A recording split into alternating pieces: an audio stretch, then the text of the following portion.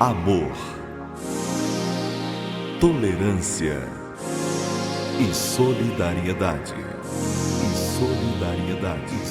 Está no ar! Programa Mentes do Amanhã. Mentes do Amanhã.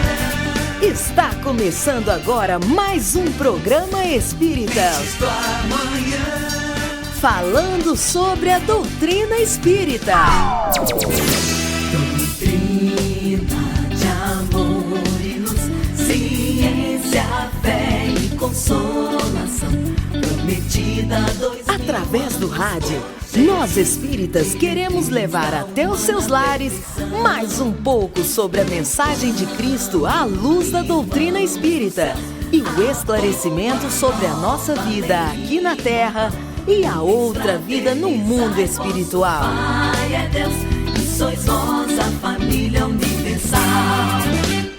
Irmãos, é a doutrina espírita, a imensa esperança do porvir. Marchai ao clarão da luz bendita e nascer e renascer, amar e progredir. Doutrina de amor e luz, ciência, fé e consolação, prometida há 2000 anos por Jesus, diretriz da humana perfeição. Proclamam, irmãos dos céus, a boa nova lei imortal. Homens, fraternizai, vosso Pai é Deus e sois vós da família universal. Mentes do Amanhã. Quando Chico residia em Pedro Leopoldo, aconteceu um caso muito interessante. Um bancário residente em Belo Horizonte, recém-casado, tinha uma filhinha de 2 anos. Ele gostava muito de pescar e de vez em quando ele ia pescar com a esposa e levava a filha. E eles entravam dentro de uma canoa e iam para o meio do rio para que ele pudesse pescar. Ele com a esposa e com a filhinha de 2 anos. Um dia, um vento muito forte balançou muito a canoa e a menina caiu na água, a menina de 2 anos. E ele, desesperado, ele se lançou na água para salvar a filha. Mas quando ele conseguiu pegar a filha, porque a filha afundou, quando ele conseguiu pegar a menina já tinha desencarnado. A menina de 2 anos. Ele passou a se sentir muito culpado com aquela situação e prometeu que nunca mais voltaria a pescar. O tempo passou, era filha única. O tempo passou e a mulher ficou grávida novamente, a sua esposa ficou grávida e nasceu uma outra filha, nasceu uma outra menina. Mas, novamente, quando a menina fez 2 anos de idade, ele teve uma vontade assim, inexplicável, uma vontade súbita de ir pescar e de voltar ao mesmo lugar. De voltar ao mesmo lugar onde o acidente havia acontecido com a primeira filha, que havia desencarnado por afogamento. A esposa deu contra, não, eu não vou, e se eu for, a nossa filha não vai entrar na canoa. Não, mas vamos, eu quero ir, não precisa entrar na canoa, mas eu estou sentindo uma vontade muito grande de ir no mesmo lugar. E eles foram. Ela acabou concordando e eles foram no mesmo lugar onde algum tempo atrás a menina de 2 anos havia desencarnado, não é? E ele chegando lá com a esposa e com a filha, uma nova filha, não é, de 2 anos também, estava preparando lá os petrechos de pesca para entrar na canoa, quando a menina de 2 anos, virando-se para ele, disse assim: papai, o senhor toma cuidado, porque senão eu vou morrer afogada de novo. Vejamos bem, uma menina de 2 anos, que não sabia desse assunto. Se quer de reencarnação, papai, o senhor toma cuidado, porque senão eu vou morrer afogada de novo. Ali, naquele momento, a pescaria acabou. Eles residiam em Belo Horizonte, a 25 quilômetros de Pedro Leopoldo. O bancário pegou a esposa, a filha e foram até Chico Xavier. Foram até Chico Xavier, em Pedro Leopoldo, e foram conversar com Chico Xavier, contaram o caso, contou o que aconteceu. E o Chico disse assim: pois é, meu filho, é a sua filha tão querida que está de volta, que voltou. Você pediu tanto, a sua esposa pediu tanto, que é o mesmo espírito, a sua filha tão querida, que está de volta.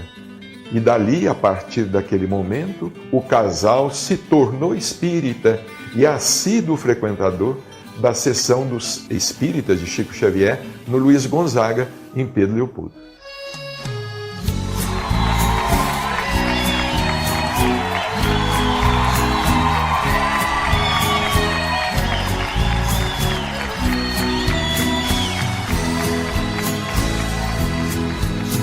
Nasceu em Pedro Leopoldo um ser iluminado,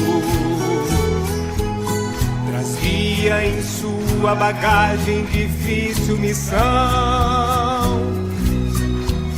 complementar a codificação kardeciana e consolar sem distinção a todos seus irmãos. Teve infância tão difícil que causava pena, machucado, maltratado, sofria humilhação. E quando reclamava a ausência da sua mãezinha, corria para seu quintal pra ver Maria João. Plano espiritual ela orientava, dizia pra ter paciência em sua aprovação. Um bom exemplo vale mais do que 1000 palavras. Os últimos serão os primeiros, não tenha medo não. Chico Xavier, exemplo de verdadeiro cristão, ensina-me o amor do coração. Chico Xavier, exemplo de verdadeiro cristão, ensina-me o amor do coração.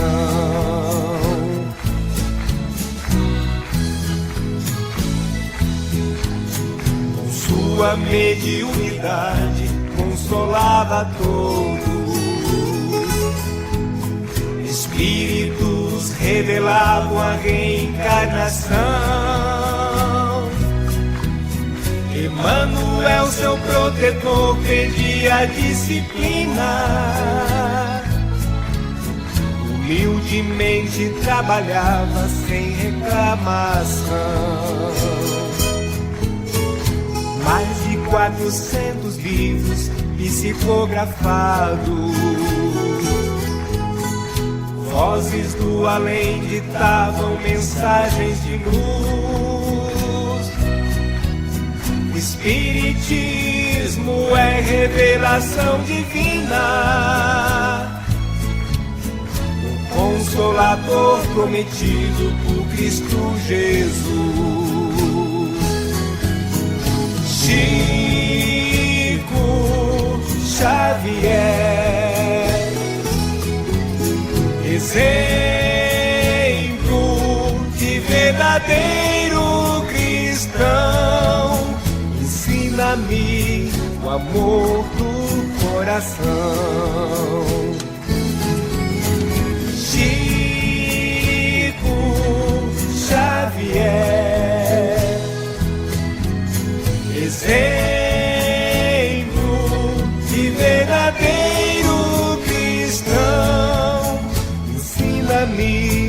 amor do coração.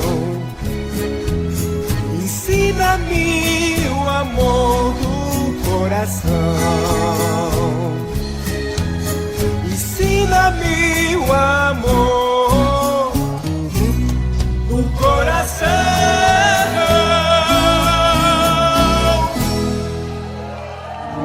Vocês vão ouvir agora as palavras de José Garcia. Caríssimos irmãos, caríssimos ouvintes, amigos do coração, é um prazer estar aqui novamente com vocês e, acima de tudo, estar falando da nossa querida doutrina espírita, falando de assuntos importantes, buscando esclarecer temas que possam ajudar-nos a nos tornarmos cada vez melhores na busca do aperfeiçoamento, motivo pelo qual estamos aqui encarnados na Terra.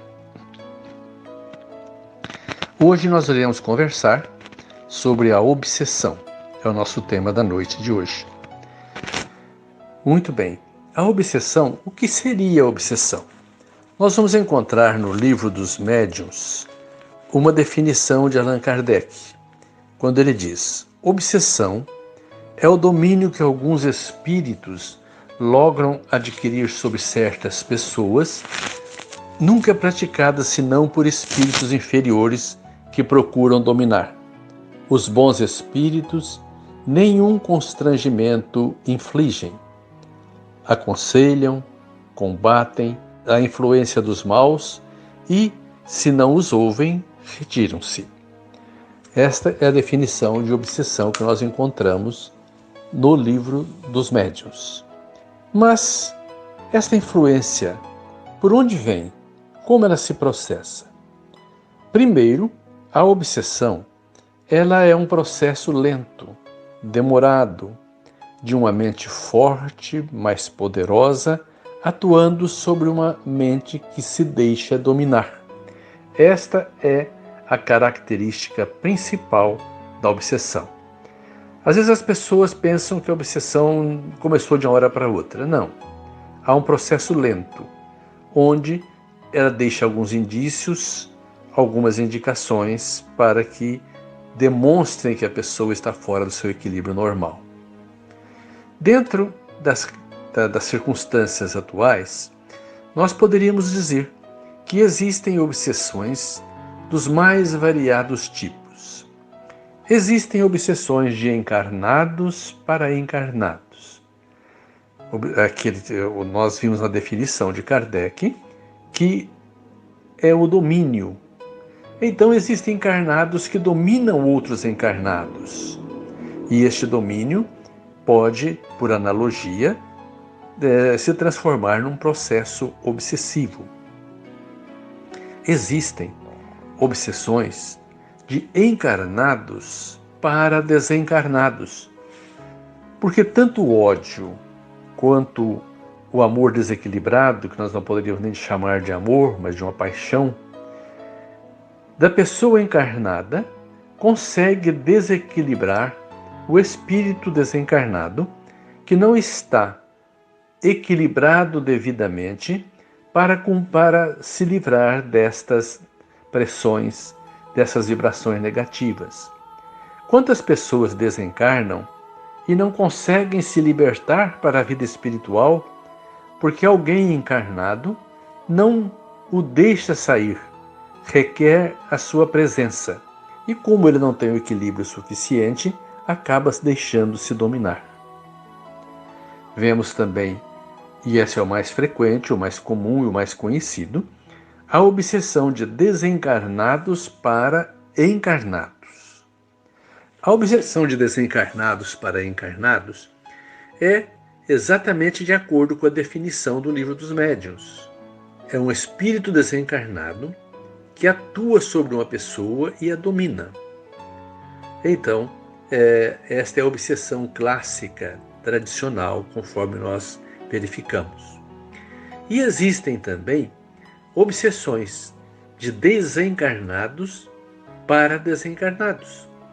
Quando a pessoa vive na Terra uma vida desequilibrada, uma vida difícil, uma vida em que se vincula a entidades menos felizes, quando ele desencarna, é vítima de entidades cruéis que o dominam e às vezes conseguem até modificar o seu próprio perispírito. Então não nos equivoquemos. Existem obsessões dos mais variados matizes, encarnados para encarnados, encarnados para desencarnados, desencarnados para encarnados e desencarnados obsediando desencarnados. É uma teia que se forma em todos os variados pontos que nós podemos detectar. A obsessão também varia de acordo com o grau de domínio que o espírito obsessor logra sobre o espírito encarnado. E Kardec classifica isso em 3 tipos: a obsessão simples, a fascinação e a subjugação. São alguns dos tipos que nós poderíamos considerar. Porém, mais tarde, com os novos conhecimentos da doutrina espírita, surgiu um outro conceito ainda maior, que nós podemos também ter, além da obsessão simples, da fascinação e da subjugação, termos a vampirização. Ora, a obsessão simples é tal qual nós a conhecemos, onde as pessoas passam a ser vítimas de espíritos desencarnados e as querem prejudicar e logram levá-las ao desequilíbrio. A obsessão por fascinação são espíritos sutis, extremamente inteligentes, que fazem com que a pessoa fique fascinada por virtudes que ela não tem, por condições que ela não possui. Então as pessoas passam a se julgar que são os mais bonitos do mundo, os mais inteligentes, os mais sábios, os mais espertos, e assim por diante, sendo fascinado por aquilo que ele pensa que é, sem que na verdade o seja.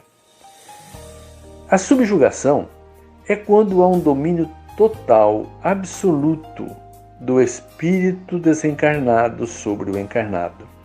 Este perde a sua vontade própria, perde a sua individualidade para transformar-se em uma vítima do obsessor que o subjuga, faz dele aquilo que quer. E nós falamos que surgiu também um quarto conceito, que é a vampirização. A vampirização procede da seguinte situação: nós todos temos os nossos vícios, os nossos defeitos. E quando desencarnamos, não nos libertamos destes vícios, continuamos presos a eles. E então necessitamos de um encarnado que tem os mesmos vícios. E por uma questão de afinidade, o espírito desencarnado vicioso aproxima-se do espírito encarnado, da pessoa encarnada viciada, e faz com que ela exerça tudo aquilo que faz parte do seu vício, dominando-a completamente. André Luiz nos narra que, entrando em um bar, ele pôde constatar ali que havia espíritos desencarnados acostados, sobrepostos a pessoas encarnadas. Percebia que, quando o fumante exalava, soltava a fumaça do seu cigarro, espíritos desencarnados, viciados no cigarro, se acoplavam ao encarnado como que fosse um boca a boca, digamos assim, um beijo praticamente, para usufruir daquela fumaça quentinha que saía dos pulmões do encarnado. Quando a pessoa tomava uma dose alcoólica, o espírito desencarnado, um sinônimo como se fosse ocorre na psicofonia, se aproximava de tamanha forma do encarnado que conseguia sentir o prazer do álcool descendo sobre a sua garganta.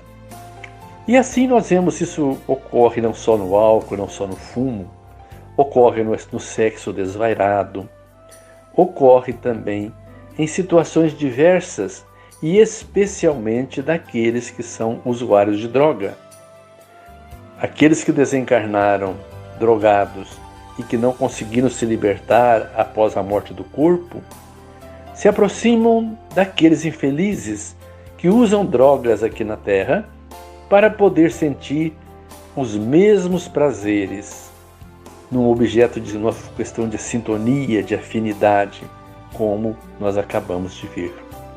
Então, nós precisamos vigiar-nos, entrar em sintonia com o mundo espiritual, trazer para junto de nós espíritos mais evoluídos, que possam nos ajudar, que possam nos orientar na prática do bem, na prática do amor. Desvincularmos daqueles espíritos que querem o nosso mal e que se utilizam das nossas energias, se locupletam com elas para realizarem os seus desejos, realizarem as suas necessidades espirituais. Então, meus irmãos, vigiemo-nos, por isso que Jesus sabiamente nos dizia: orai e vigiai, para não cairdes em tentação. Esta é a regra mágica. Porém, existem obsessões também que são processadas com origem em vidas pregressas.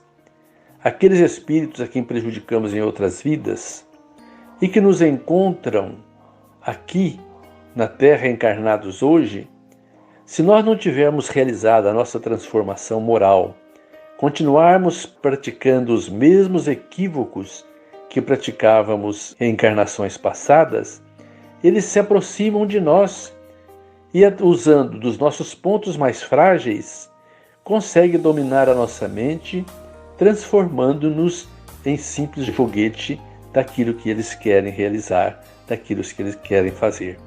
Moralmente combalidos, nós somos vítimas de espíritos ferozes, de espíritos altamente inteligentes que querem aproveitar da nossa debilidade para o seu próprio benefício. Porém, existe para tudo isso também a cura. A obsessão não é um mal incurável. Lógico que não existe obsessão unilateral. Ela é sempre bilateral. Há que ter uma afinidade e um interesse do encarnado para com o desencarnado e vice-versa. Então, o processo de desobsessão, da cura da obsessão, passa necessariamente pela transformação moral do encarnado, que se liberta na medida que ele vai se modificando pela prática do bem, da caridade, pela prática do amor. Ele foge da sintonia daquele que quer tiranizá-lo, que quer dominá-lo.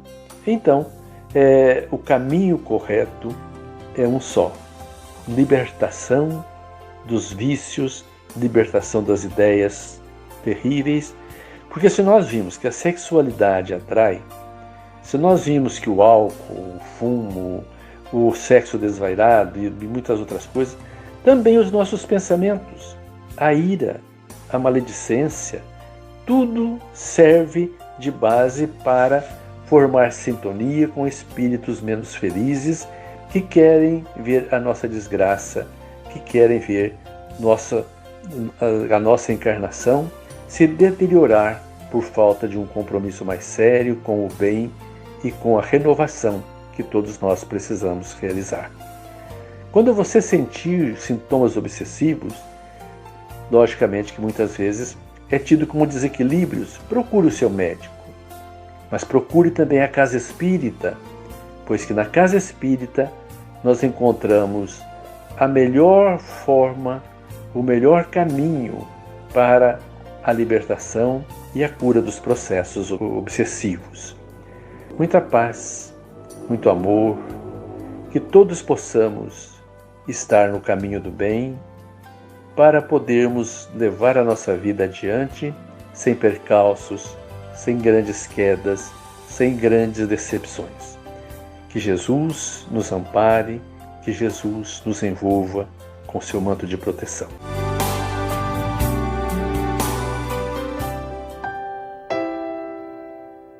Quanto tempo eu alimentei a vingança no meu peito? Quanto tempo que o ódio e o rancor esteve dentro de mim? Quanto tempo eu perdi com brigas e confusões deste mundo quando eu parti. Eu sofri com a solidão, vaguei, como eu sofri, não sabia que o amor estava acima de tudo. Então preste atenção, não deixe chegar aqui pra aprender o valor da caridade, que é o perdão. Quem sabe perdoar, Sabe amar, quem sabe perdoar, sabe entender o que Jesus em vida ensinou com a prática do perdão com coração. Quem sabe perdoar, sabe amar, quem sabe perdoar, sabe entender o que Jesus em vida ensinou com a prática. Mensagem do dia. Página de fé, Alta de Souza. Alma cansada e triste, alma sincera, se a dor por noite em lágrimas te alcança, acende em prece o lume da esperança, onde o grilhão da mágoa te encarcera. Ante a sombra que te assalta, esfera a esfera, se surge a ofensa por sinistra lança, na tormenta do mal que investe e avança, perdoa, silencia, ajuda, espera. Esquecida na cela da amargura, não te revoltes contra a senda escura. Ergue-te e serve, embora torturada. Luta, chora, padece, mas confia. Das trevas nasce a bênção de outro dia. Momento de refletir. Olá, meu caro amigo, olá, minha prezada amiga.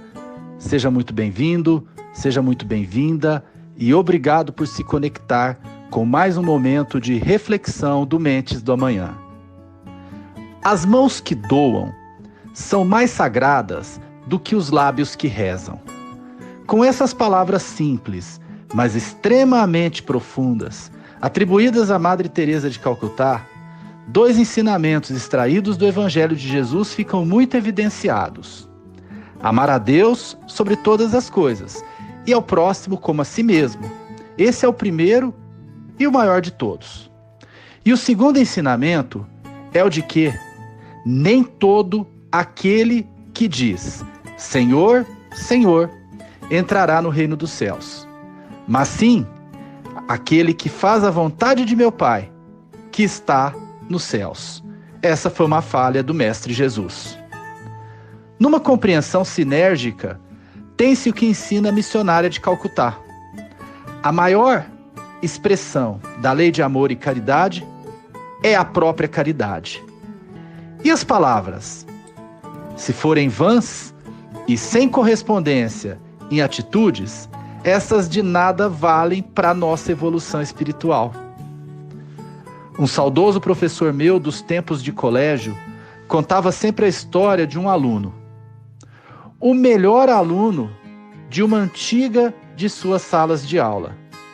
E também, na época, o líder, o maior expoente de um grupo de jovens da igreja que frequentava. O que eu responderia? A mocidade espírita. Tratava-se de um jovem muito eloquente em suas falas no grupo religioso.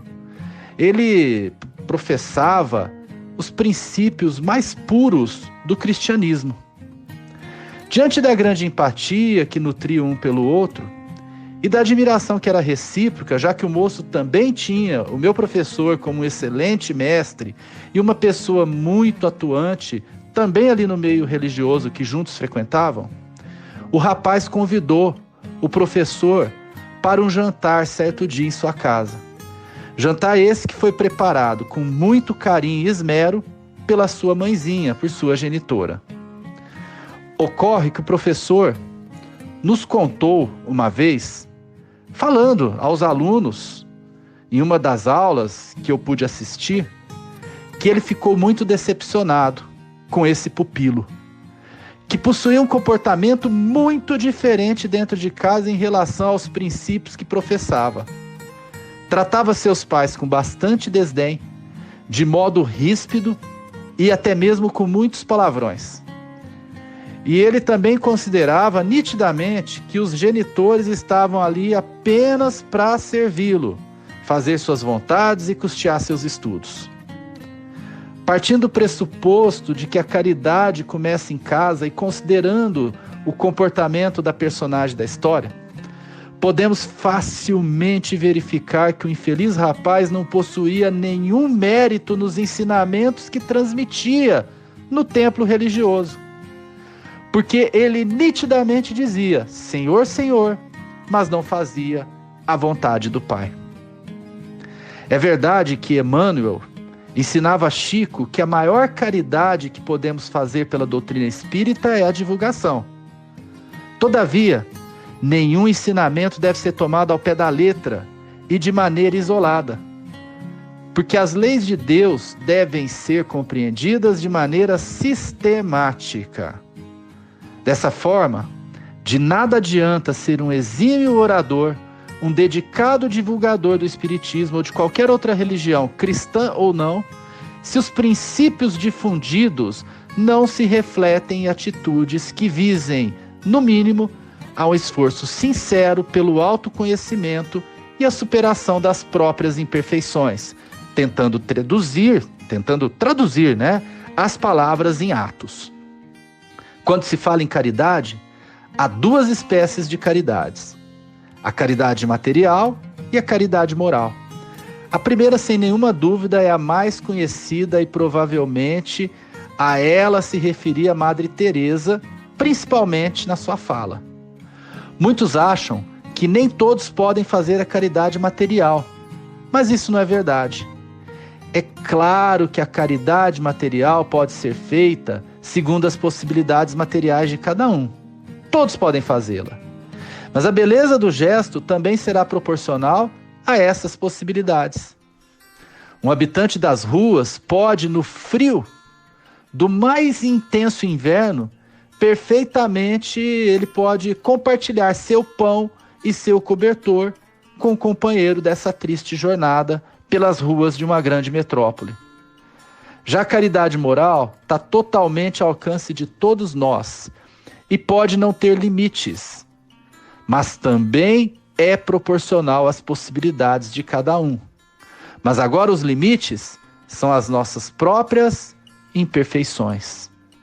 Essa forma de fazer a vontade do Pai que está nos céus, parafraseando o que disse Jesus, e de amar o próximo como a si mesmo, pode estar presente em vários comportamentos e atitudes de nossa parte.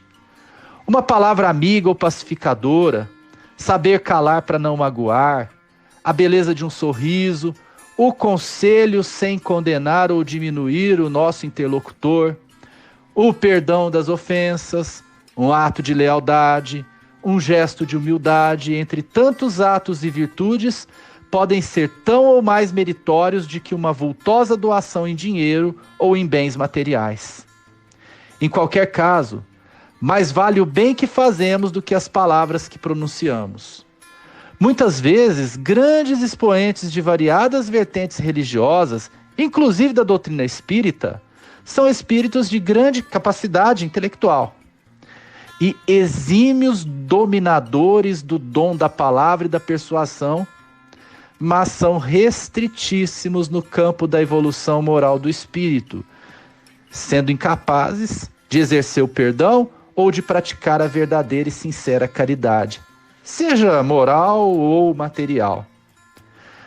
Ao mesmo passo, muitos dos que se dizem ateus, por julgarem, muitas vezes enganados de si mesmos, que não acreditam na existência de Deus, esses são almas capazes de demover montanhas para ajudar o próximo ou até de não colocar nenhum mínimo obstáculo ao exercício do dom da indulgência, do perdão. Da mesma forma, pessoas de grande simplicidade no modo de viver, ou mesmo de modestos atributos intelectuais, são verdadeiras luzes que brilham de modo resplandecente na hora da caridade, do perdão, da humildade e de outras virtudes e atitudes que vêm do fundo do coração. Daí, ser mesmo uma bela lição, a lição inicialmente aqui, parafraseada, não, mas literalmente transcrita dos ensinamentos da Madre Teresa de Calcutá. As mãos que doam são mais sagradas do que os lábios que rezam. Ou, se você preferir, amar a Deus sobre todas as coisas e ao próximo como a si mesmo, vale muito mais do que dizer Senhor, Senhor, especialmente quando assim dizemos e não fazemos a vontade de Deus. Fiquem com Deus, um grande abraço e até a nossa próxima reflexão. Doutrina de amor e luz, ciência, fé e consolação, prometida há 2000 anos por Jesus, diretriz da humana perfeição. Mentes do Amanhã. Um programa para todas as famílias. Pergunta do ouvinte. Olha aí que belíssima pergunta. Como poderemos saber quais sinais podemos ter de que estamos sendo vítimas de um processo de obsessão? Nenhum de nós está isento de ser obsediado. A obsessão é um processo lento, demorado, onde um cérebro mais forte, uma mente mais poderosa, domina uma mente mais débil, mais frágil. E esse processo é um processo lento, é um processo que vai formando uma sintonia e a pessoa tem sim alguns sintomas, alguns sinais para que ela possa avaliar se ela está sendo obsediada. Manuel Filomeno de Miranda, no livro Nos Bastidores da Obsessão, traça alguns comentários muito pertinazes ao assunto. Vamos considerar alguns deles aqui para o nosso conhecimento. Ele nos diz: quando você escute nos recessos da mente uma ideia torturante que teima por se fixar, interrompendo o curso normal dos pensamentos. Quando constate imperiosa, atuante força psíquica interferindo nos processos mentais. Quando verifique a vontade sendo dominada por outra vontade que parece dominar. Quando experimente uma inquietação constante, crescente, na intimidade mental sem motivos reais.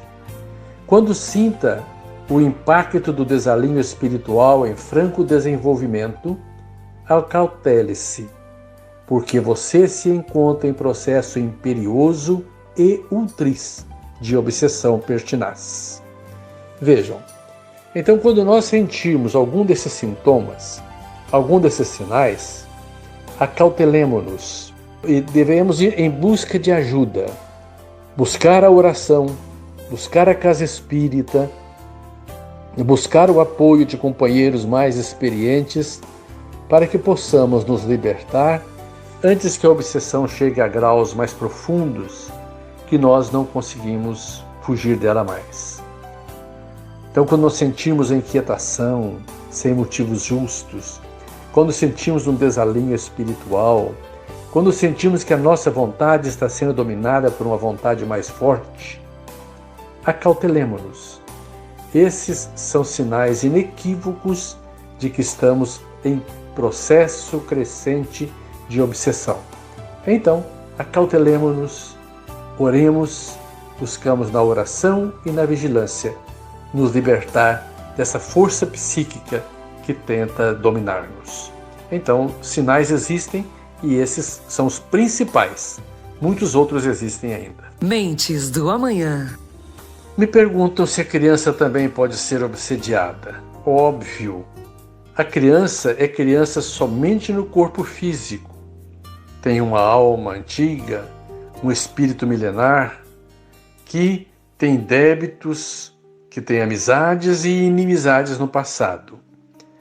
E, quando ele reencarna na Terra, ele é criança somente aos nossos olhos. Os espíritos, os obsessores, conseguem enxergá-los tal qual ele é. Então, o fato de ser criança, de ter uma pouca idade sobre a ramagem terrestre, não isenta da presença da obsessão. Não estamos isentos, as crianças não estão isentas. E todos nós conhecemos muitos casos de crianças que não conseguem dormir à noite, que acordam assustadas, que choram dia e noite sem parar.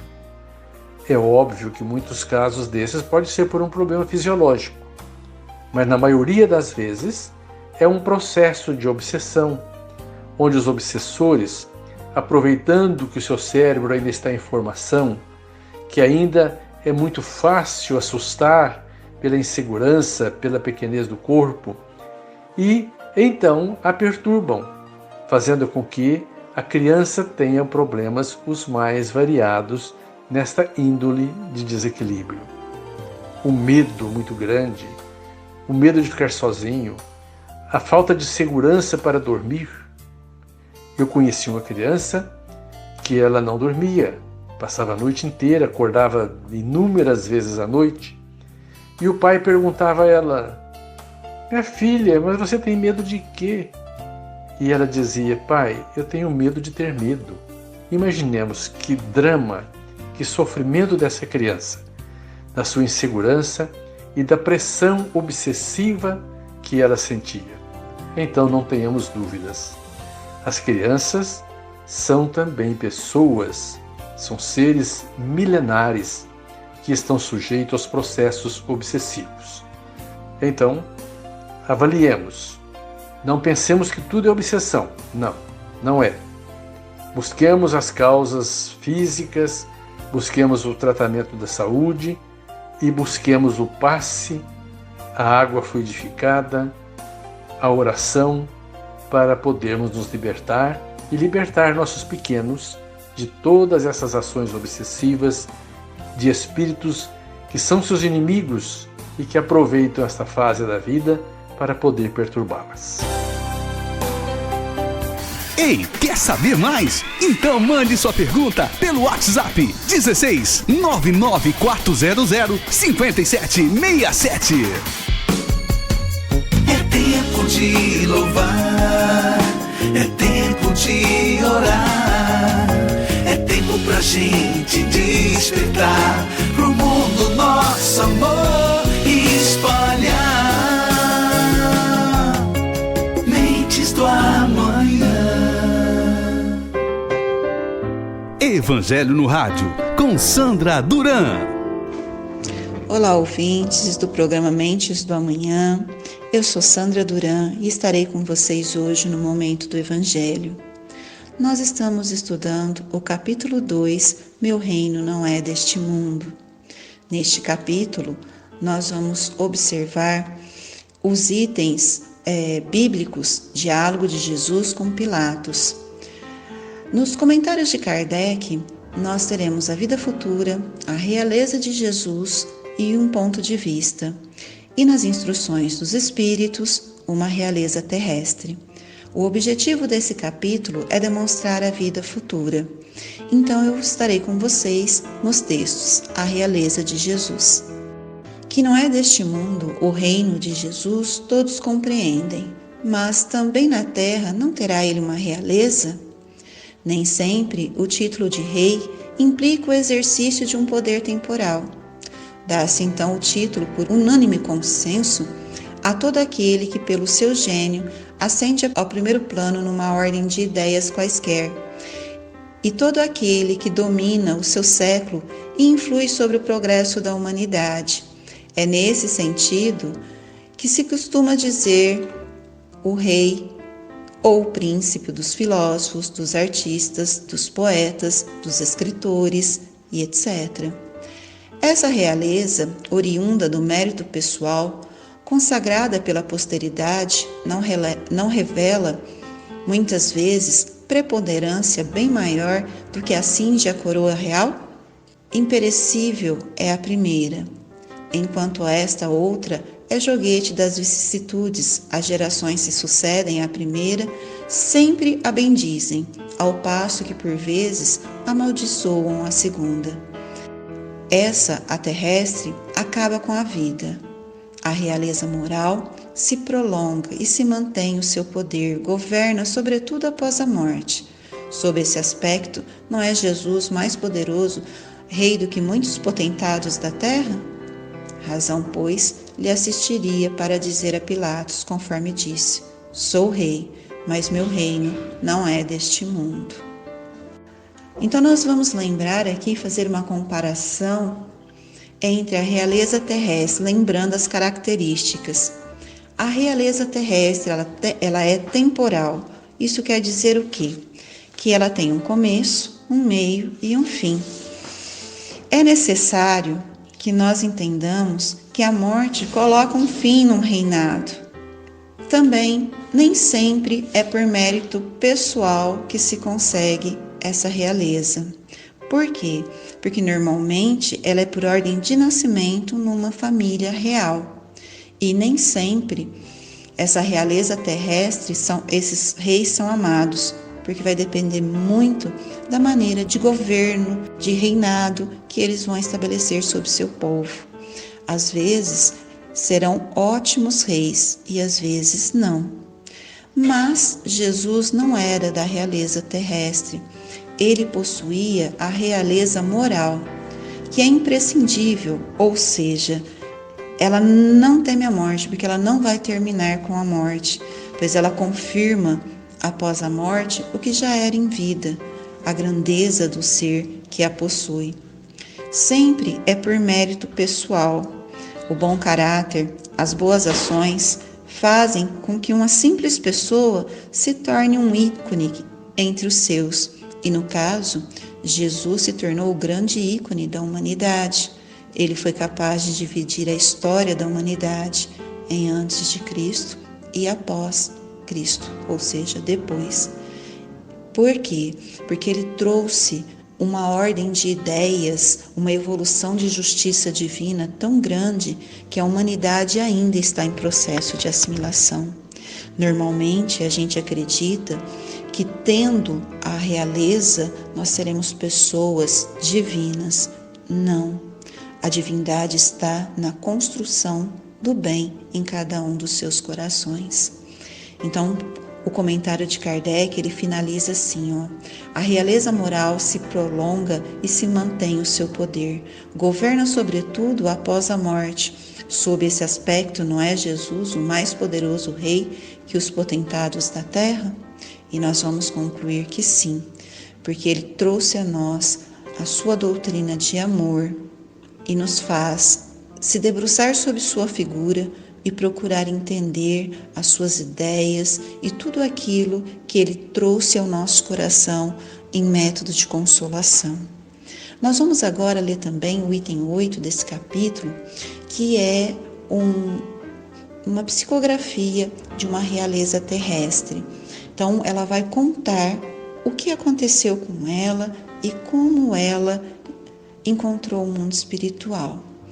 Então, instrução dos espíritos, né? Quem melhor do que eu para compreender a verdade dessas palavras de nosso Senhor? Meu reino não é deste mundo. O orgulho me perdeu na terra. Quem, pois, compreenderia o nenhum valor dos reinos da terra se eu não compreendia? Que trouxe eu comigo da minha realeza terrena? Nada, absolutamente nada. E como que para tornar ainda a lição mais terrível, ela nem sequer me acompanhou até o túmulo. Rainha entre os homens, como rainha julguei que penetrasse no reino de Deus.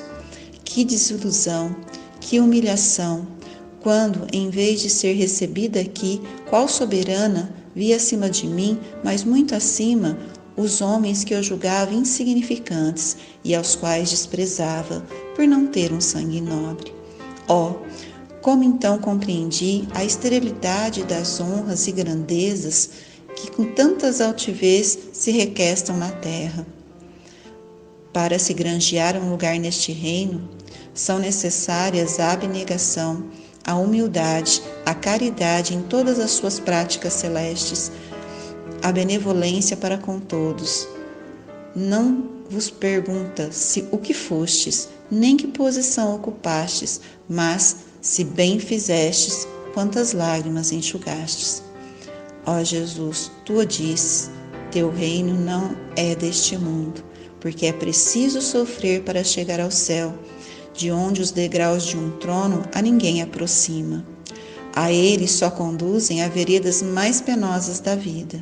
Procurai-lhe, pois, o caminho através das urzes e dos espinhos, não por entre as flores. Correm os homens por alcançar os bens terrestres, como se houvessem de guardar para sempre. Aqui, porém, todas as ilusões se somem. Cedo se apercebem eles de que apenas apanharam uma sombra e desprezaram os únicos bens reais e duradouros, os únicos que lhes aproveitam na moradas celestes, os únicos que lhes podem facultar acesso ao céu. Compadecei-vos dos que não ganharam o reino de Deus. Ajudai-os com as vossas preces, porquanto a prece aproxima do Altíssimo o homem. É o traço de união entre o céu e a terra. Não vos esqueçais. Uma rainha de França. Com essa instrução dos espíritos, nós passamos a entender que todo aquele orgulho que nós sentimos em nos sentir diferentes, mais poderosos, mais bonitos em relação aos outros, a morte nos tira. Que não importa o quanto de orgulho pela nossa posição social nós possamos ter, que isso não vai mudar em nada. Que quando chegar a morte, nós não levaremos os títulos, nós não levaremos o dinheiro, nem as terras, nem qualquer outro bem. Nós apenas vamos levar as vivências do nosso coração. Ao comparar esses dois textos, nós entendemos por que da realeza de Jesus sendo uma pessoa que não possuiu nenhum bem material, em comparação a essa rainha que teve todo o prestígio de sua era. Mas nós entendemos que no reino de Deus são as virtudes que nos tornam mais ricos, ou seja, mais evoluídos e merecedores de grandes compensações na vida futura. Estar pensando na posição social, na distinção que se pode haver entre as pessoas dessa terra, era alimentar o orgulho de sentir-se especial. Mas os especiais para Deus são aqueles que amam e compreendem os seus irmãos em dores. Então, ouvintes, que pensemos nisso, porque às vezes nós achamos que a nossa vida é uma vida tão sem graça que nós não apreciamos nenhuma das coisas maravilhosas da terra. Mas, segundo essa rainha, que a gente escolha o caminho mais difícil, pois é ele que nos aproximará do reino dos céus. E é isso que a gente tem que entender. Não são os caminhos de alegria, dinheiros e festas que nos trarão o reino de Deus, mas o caminho de sacrifício, entendimento e disposição em servir ao nosso próximo. Esse é o caminho que nos aproximará de Deus. Que você reflita sobre os seus afazeres aqui na terra e o quanto você está se preparando para o verdadeiro reino de Deus. Que o Senhor Jesus nos abençoe e nos fortaleça. Muito obrigado por estar com vocês, ouvintes. Continue a leitura do nosso Evangelho e as suas reflexões. Até mais. Ouça agora Grupo Luz.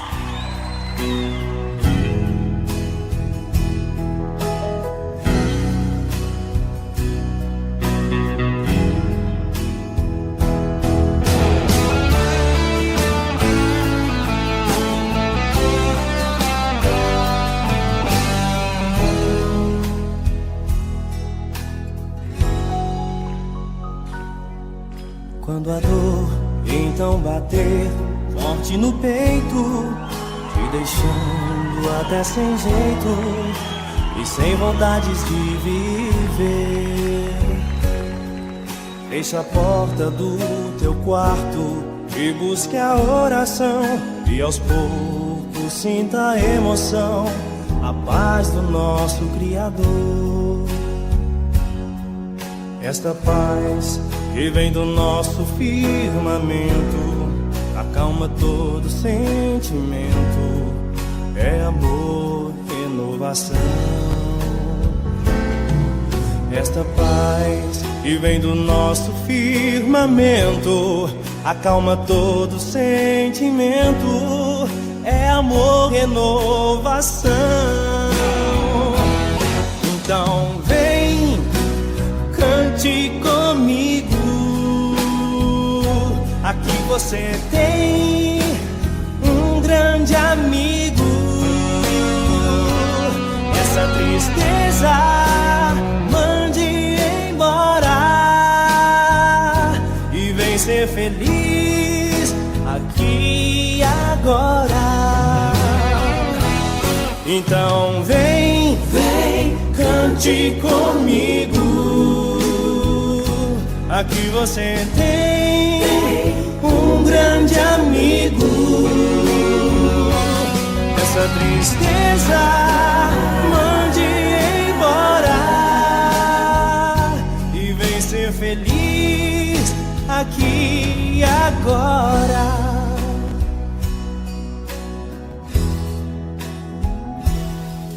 Quando a dor então bater forte no peito, te deixando até sem jeito e sem vontades de viver,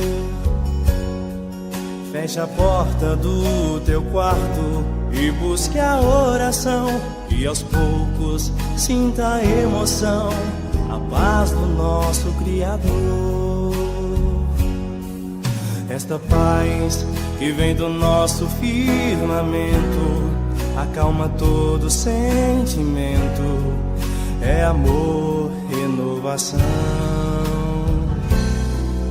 Esta paz que vem do nosso firmamento acalma todo sentimento, é amor, renovação.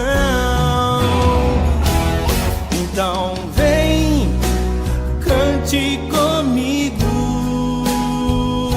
Aqui você tem um grande amigo.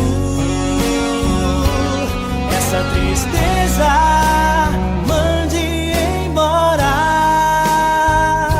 e vem ser feliz aqui e agora. Então vem, cante comigo. Aqui você tem um grande amigo. Essa tristeza mande embora e vem ser feliz aqui e agora.